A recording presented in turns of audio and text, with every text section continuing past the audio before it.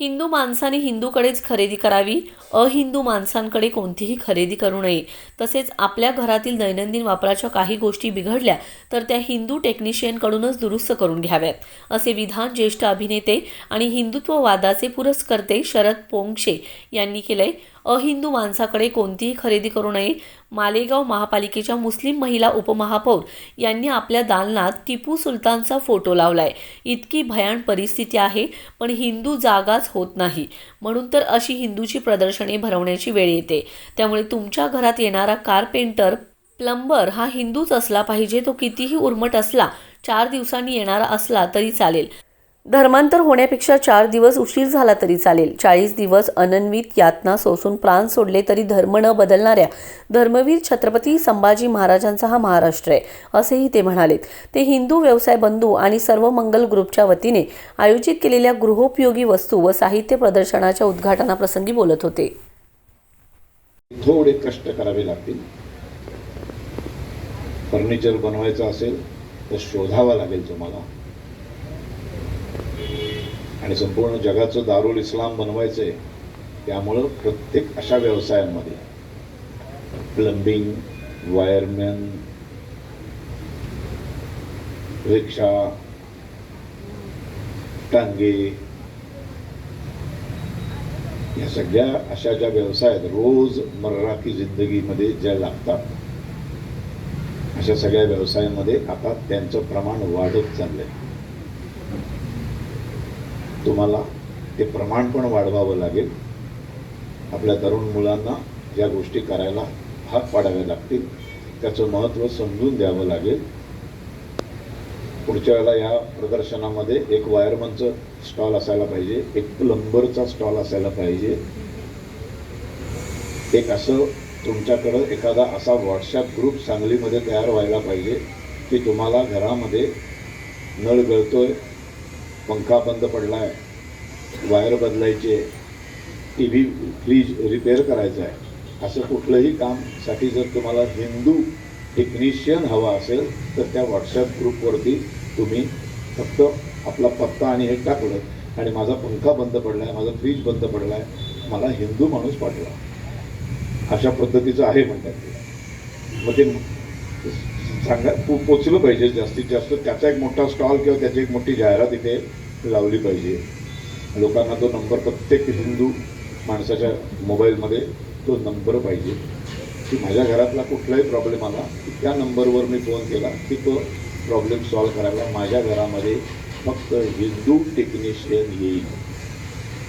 मी भाजीपाला घ्यायला जाईन, मी फळं भाजी घ्यायला जाईन, मी काहीही विकत घ्यायला जाईन, ते विकत घेताना मी फक्त हिंदू माणसाकडूनच ते घेईन. आणि हिंदूंनी फक्त हिंदूंकडूनच वस्तू विकत घ्याव्या हे सांगण्याचा मला संविधानाने अधिकार दिलेला आहे. मी कुठल्याही धर्माचं नाव घेतलं नाही,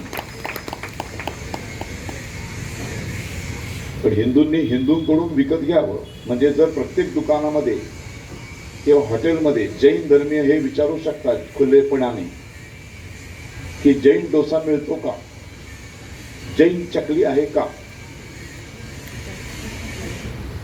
आणि हा त्यांना दिलेला संविधानाने जर अधिकार आहे तर मग हिंदूंना सुद्धा, बरं जैन पण हिंदूच आहे, जैन, शीख, बुद्ध हे सगळे हिंदू आहेत, या हिंदूंच्या शाखा आहेत. त्या काँग्रेसवाल्यांनी त्याचे वेगळे धर्म बनवले. त्यामुळं हे हिंदू व्यावसायिक संघ आणि त्यांचं हे प्रदर्शन हे काळाची फार मोठी गरज आहे आणि अत्यंत मोलाचं काम आमचे केळकर दाम्पत्य करतायत. त्यांचं खूप खूप अभिनंदन आणि तुम्हाला खूप शुभेच्छा. आता मला इथून 5:45 वाजले आणि 6 वाजता व्याख्यानाला जायचं आहे. त्यामुळे आपण पण सगळ्यांनी तिथे व्याख्यान ऐकायला यावं. आणि जर देशावर, राष्ट्रावर प्रेम करत असाल, तुमच्या पुढच्या नातवंडांना हिंदू देशातच राहावं त्यांनी, असं जर तुम्हाला वाटत असेल तर हे उपाय करायला सुरुवात करा. आज मला इथे बोलवलं त्याबद्दल मी केळकर साहेब तुमचा, वहिनी तुमचा सगळ्यांचा खूप आभारी आहे. इथेच थांबतो. जय हिंद, जय महाराष्ट्र.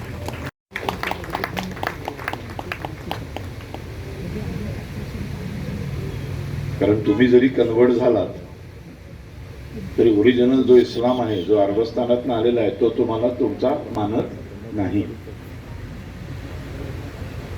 भारतातल्या मुसलमानांना हे नीटपणे कोणीतरी सांगण्याची गरज आहे. भारतीय मुसलमानांचा प्रॉब्लेम हा आहे की त्यांच्याकडे कोणी समाज सुधारकच तयार होत नाही.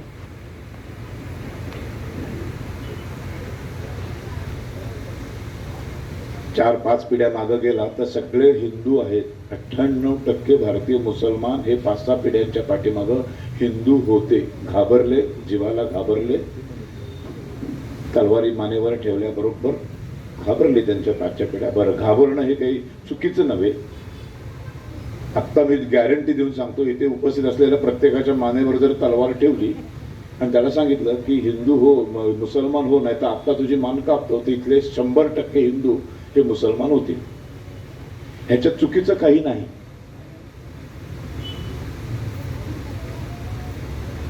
आपण होणार मुसलमान, घाबरणार, आपण मान कापली जाण्यावर घाबरणार नाही.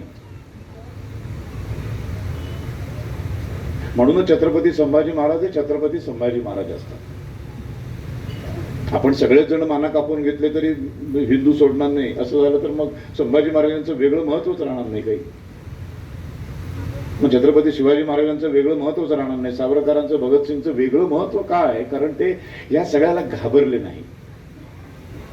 आम्ही घाबरलो, त्यांच्या 4-5 पिढ्या मागच्या सगळ्या घाबरल्या, मुसलमान झाल्या. पण आता त्यांनी हिंदू व्हायला पाहिजे. जे मुसलमान झाले त्यांना ते खरे ओरिजिनल मुसलमान मानतच नाही. आपण जसे काफर आहोत तसे ते त्यांच्यासाठी तुच्छ आहेत, ते गुलाम आहेत. त्यामुळे इथले जे मुसलमान आहेत, जे कन्व्हर्टेड सगळे मुसलमान आहेत, हे मुस्लिम राष्ट्रामध्ये जात नाहीत. तर त्यांना तिथे गुलामाची किंमत आहे.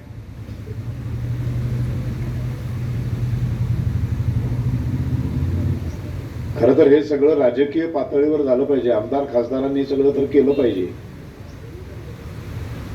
त्यांच्याकडे ती पॉवर आहे, त्यांना संरक्षण मिळतं सरकारकडनं. हे मी बोलतो, माझ्या आजूबाजूला कोणी नाहीये पोलीस कोणी नाहीये बंदूकधारी.